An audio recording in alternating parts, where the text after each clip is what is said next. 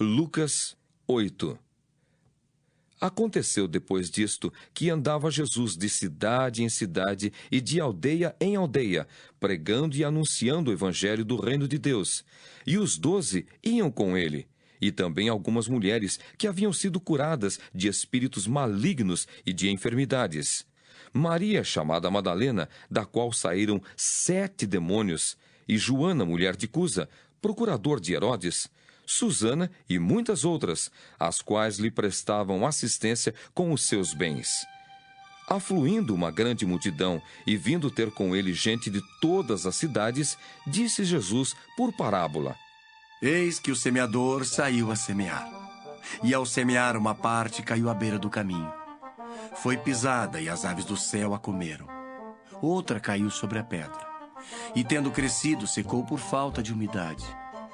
Outra caiu no meio dos espinhos, e estes, ao crescerem com ela, sufocaram.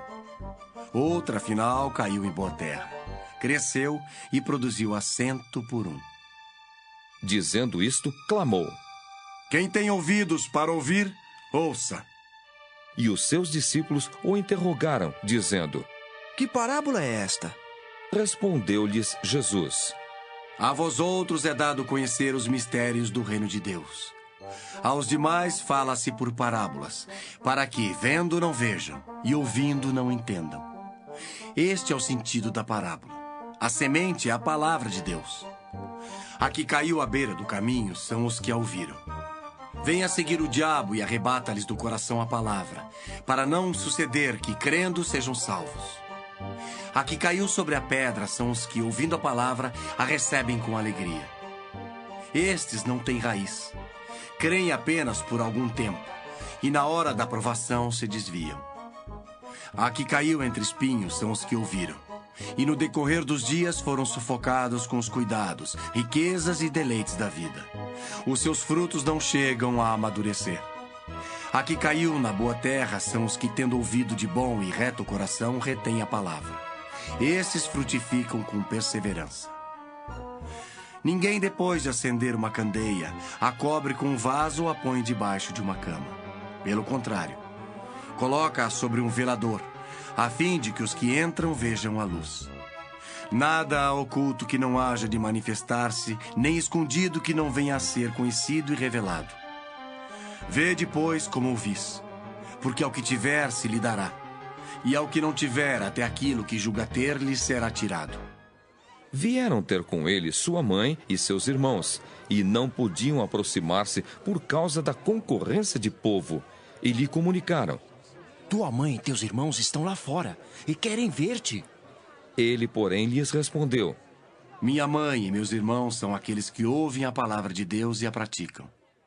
Aconteceu que, num daqueles dias, entrou ele num barco em companhia dos seus discípulos, e disse-lhes: Passemos para a outra margem do lago. E partiram. Enquanto navegavam, ele adormeceu, e sobreveio uma tempestade de vento no lago, correndo eles o perigo de sossobrar. Chegando-se a ele, despertaram-no, dizendo: Mestre, estamos perecendo. Despertando-se Jesus, repreendeu o vento e a fúria da água. Tudo cessou e veio a bonança. Então lhes disse: Onde está a vossa fé? Eles, possuídos de temor e admiração, diziam uns aos outros: Quem é este que até aos ventos e às ondas repreende e lhe obedecem? Então rumaram para a terra dos Gerazenos, fronteira da Galileia.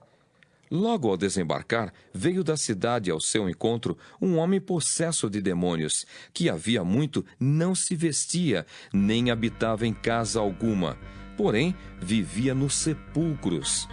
E quando viu a Jesus, prostrou-se diante dele, exclamando e dizendo em alta voz: Que tenho eu contigo, Jesus, Filho do Deus Altíssimo?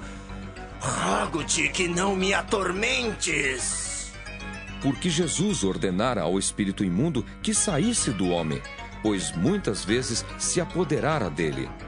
E embora procurassem conservá-lo preso com cadeias e grilhões, tudo despedaçava e era impelido pelo demônio para o deserto.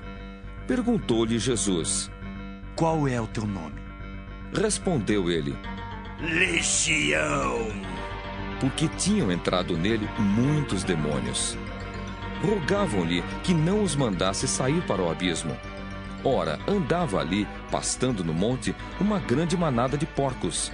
Rogaram-lhe que lhes permitisse entrar naqueles porcos. E Jesus o permitiu. Tendo os demônios saído do homem, entraram nos porcos, e a manada precipitou-se despenhadeiro abaixo para dentro do lago e se afogou.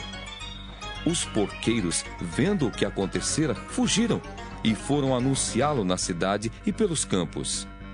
Então saiu o povo para ver o que se passara e foram ter com Jesus.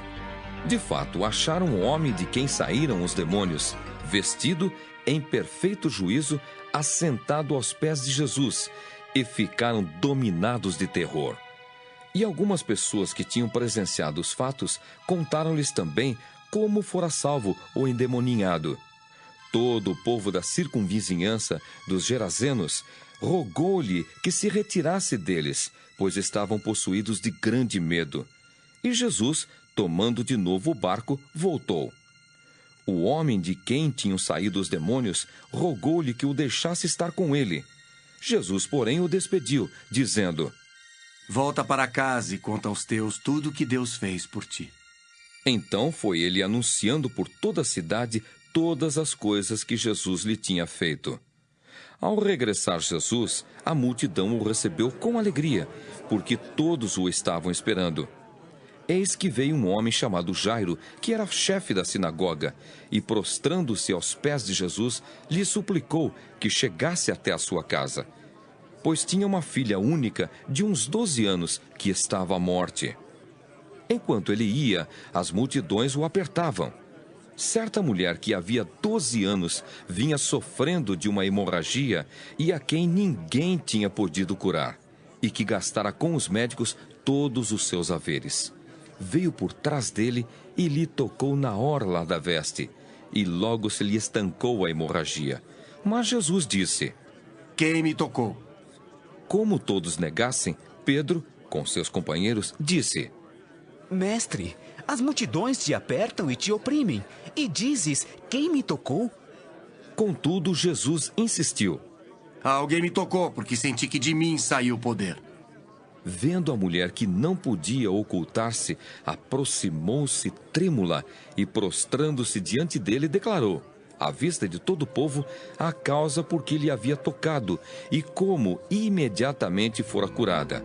Então lhe disse: Filha, a tua fé te salvou. Vai-te em paz. Falava ele ainda quando veio uma pessoa da casa do chefe da sinagoga, dizendo: Tua filha já está morta. Não incomodes mais o mestre. Mas Jesus, ouvindo isto, lhe disse: Não temas. Crê somente e ela será salva.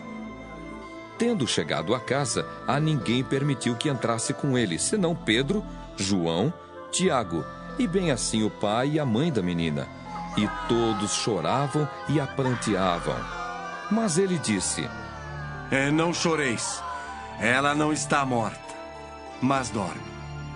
E riam-se dele, porque sabiam que ela estava morta. Entretanto ele, tomando-a pela mão, disse-lhe em voz alta: Menina, levanta-te.